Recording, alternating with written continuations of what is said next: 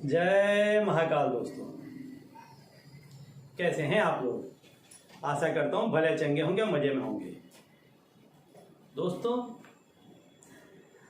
झाड़ू जो है वो बहुत ही महत्व का हिस्सा है आपके घर का और बहुत महत्वपूर्ण चीज है। बहुत महत्वपूर्ण, इतनी महत्वपूर्ण कि यदि आप इसका सही से इस्तेमाल करेंगे तो आप देखेंगे कि बहुत ही जल्द आपके घर की कायाकल्प हो जाएगा और आपके घर के सभी व्यक्तियों के दिल और दिमाग एकदम चेंज हो जाएंगे। इसको यदि आपने सही से इस्तेमाल किया, सही तरीके से यदि आप इसे यूज करते हैं तो इसका बहुत ही पॉजिटिव आपके ऊपर प्रभाव पड़ेगा, संपूर्ण घर पर प्रभाव पड़ेगा, घर के एक एक व्यक्ति पर इसका बहुत ही पॉजिटिव असर होगा। तो घर का एक एक मेंबर, यदि कोई बच्चा पढ़ाई कर रहा है तो उसमें भी उसका मन लगने लगेगा, काफी अव्वल आएगा। यदि आपके घर में स्त्रियां हैं, पुरुष हैं, तो वो सभी जो जो काम उनका है, उनका जो रोल है, उस रोल में अपने आप उनका दिल और दिमाग लगने लग जाएगा। और जब कोई भी व्यक्ति अपने काम को संपूर्ण निष्ठा के साथ करता है तो हर उस कार्य में उसको सफलता मिलती है और वो उसमें सर्वोच्च पद पर जाकर बैठता है। ये विधि का विधान है, इसको कोई बदल नहीं सकता। देखिए, झाड़ू तो आप सभी लगाते हैं और आप लोगों ने ये सुना भी होगा कि संध्या समय के बाद में घर का जो भी कूड़ा करकट है वो कभी भी बाहर की तरफ नहीं निकालना चाहिए। इससे आपके घर की पॉजिटिव एनर्जी, यानी ऐसा कहा जाता है कि आपकी घर की लक्ष्मी का ह्रास होता है। यदि आपका दुकान है, कामकाज है, तो उसमें भी कभी भी बंद करते समय आप वहां से कचरा बाहर न निकालें, अन्यथा जितना भी कुछ आपने दिन भर में समेटा है, कमाया है, वो सारा ही चला जाएगा। तो कभी भी संध्या समय के बाद घर में झाड़ू कूड़ा करकट बाहर न निकालें।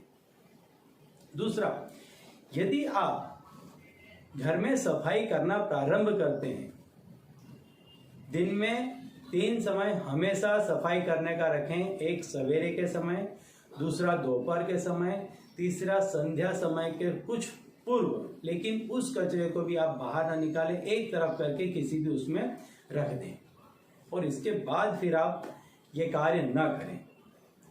अब जब आप दिन में सबसे पहली बार सफाई प्रारंभ करने के लिए जाते हैं तो इस सफाई का प्रारंभ आप जहां कहीं भी आपका पूजा का स्थान हो या जहां कहीं भी आप धन वगैरह रखते हो वहां से प्रारंभ करें। कभी भी इस तरह की गलती न करें कि दूसरे अलग अलग रूमों से कचरा इकट्ठा करते हुए निकाल करके वहां जाएं और फिर वहां से कचरा समेटें या बटेरें, क्योंकि ऐसा करने पर संपूर्ण घर की नेगेटिविटी उस कमरे में पहुंच जाएगी और वहां पर यदि आपका देवी देवता का स्थान है तो वो रुष्ट हो जाएंगे। पैसे रखे हैं तो उसमें आपके घटोती होना प्रारंभ हो जाएगी। तो ये गलती कभी भी मत करें। दूसरा, सबसे पहले घर के कोनों से कचरा समेटना प्रारंभ करें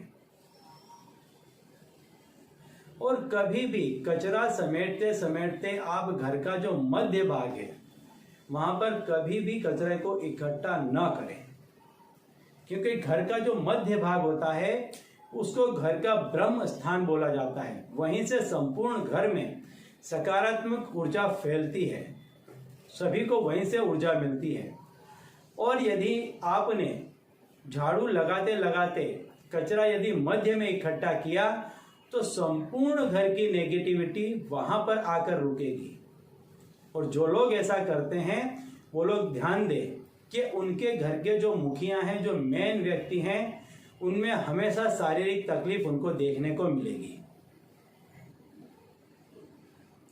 यदि आप कचरा समेटते समेटते रसोई में ले जाते हैं तो आपके घर के हर एक व्यक्ति का दिमाग उग्र रहेगा और उनको पेट से संबंधित तकलीफें हमेशा बनी रहेंगी। तो कभी भी सभी रूमों का कचरा लेते हुए रसोई की तरफ बिल्कुल भी ना जाएं। आपको क्या करना है, पूजा का जो आपका कमरा है वहां से निकालना, झाड़ू लगाना प्रारंभ करें और उसके दरवाजे के बाहर रुक जाएं। किचन से प्रारंभ करें। इस तरह से अलग अलग तरीके से प्रारंभ करें और उस रूम के कचरे को, उस कमरे के कचरे को उसी कमरे के बाहर रखें, दूसरे कमरे में इकट्ठा न करें।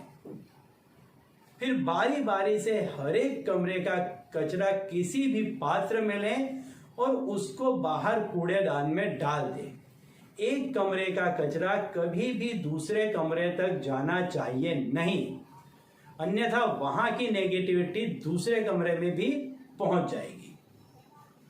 तो झाड़ू लगाने जैसी सामान्य बात है, लेकिन यदि आप इसको थोड़ा सा ध्यान लगा करके करेंगे तो देखेंगे बहुत ही जल्द आपके घर के सभी व्यक्तियों के दिमाग में काफी परिवर्तन आ जाएगा, काफी पॉजिटिविटी आ जाएगी और आपके घर का जो लक्ष्मी का स्थान है, धन का स्थान है, देवताओं का स्थान है, उसमें काफी आपको रौनक देखने को मिलेगी।